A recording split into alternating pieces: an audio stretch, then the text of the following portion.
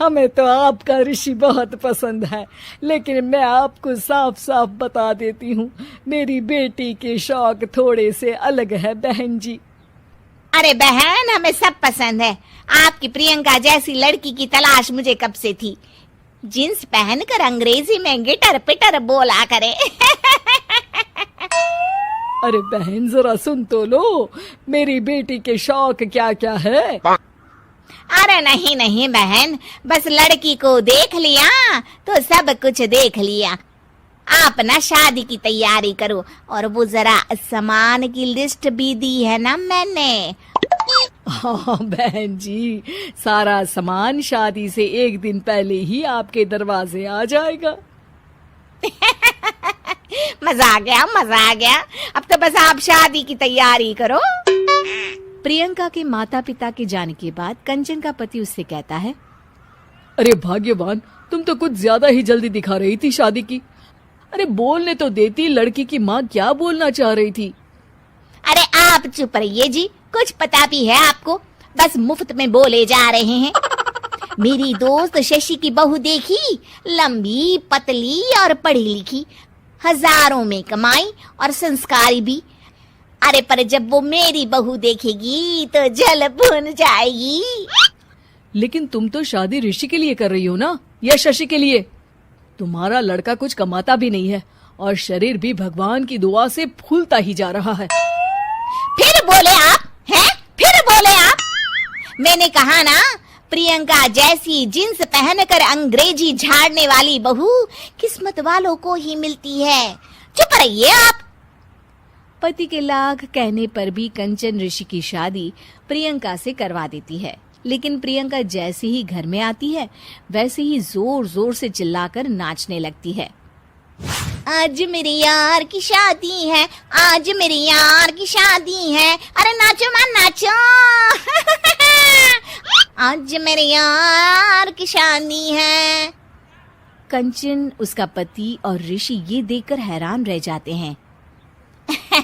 लग रहा है बहू को शादी की बड़ी खुशी है। हाँ हाँ, बहू क्यों नहीं, हम भी नाचेंगे। अरे नाचो नाचो जी, मुंह क्या देख रहे हो, चलो चलो नाचो, बहू कह रही है। कंचन ये कहकर प्रियंका के साथ नाचने लगती है। ऋषि और उसके पिता वहां से चले जाते हैं। अगले दिन कंचन अपनी सहेलियों को प्रियंका से मिलवाने के लिए घर बुलाती है, जहाँ शशि भी आती है। अरे शशि, कैसी हो? मैं ना तुम्हें प्रियंका से मिलवाती हूँ। अरे सच में बहुत ही एडवांस सोच की लड़की है, कितने मॉडर्न ख्यालात है उसके, पता है तुम्हें? अरे हाँ कंचन, जरूर, बच्चों की शादी अच्छी ही होनी चाहिए। और वैसे भी तुझे तो शुरू से ही ऊंचे ख्याल की बहू चाहिए थी। तभी कंचन की सहेली कहती है, अरे कंचन बुलाओ ना प्रियंका को, हम भी मिल ले। अरे बहू प्रियंका, जरा बाहर तो आना। कई बार आवाज देने के बाद भी प्रियंका बाहर नहीं आती है, तो कंचन को बुरा लग जाता है। वो उसे लेकर बाहर आती है, लेकिन ये क्या, प्रियंका लड़खड़ाती हुई बाहर आती है और उसके हाथ में शराब की बोतल होती है। हालांकि शराब पीना स्वास्थ्य के लिए हानिकारक होता है और ये हमारी किडनी के लिए बहुत ही खतरनाक है, लेकिन कंचन की बहू प्रियंका पूरे नशे में होती है। अरे इतने सारे लोग। ये कहकर वो शशि के पास जाती है। आंटी जी, पत्ते खेलेंगी, पत्ते। अरे दूर हो, दूर हो, तुम्हारे मुंह से तो शराब की बदबू आ रही है। अरे कंचन, माना तुम्हें मॉडर्न बहू चाहिए, लेकिन आधुनिकता का मतलब ये तो नहीं ना।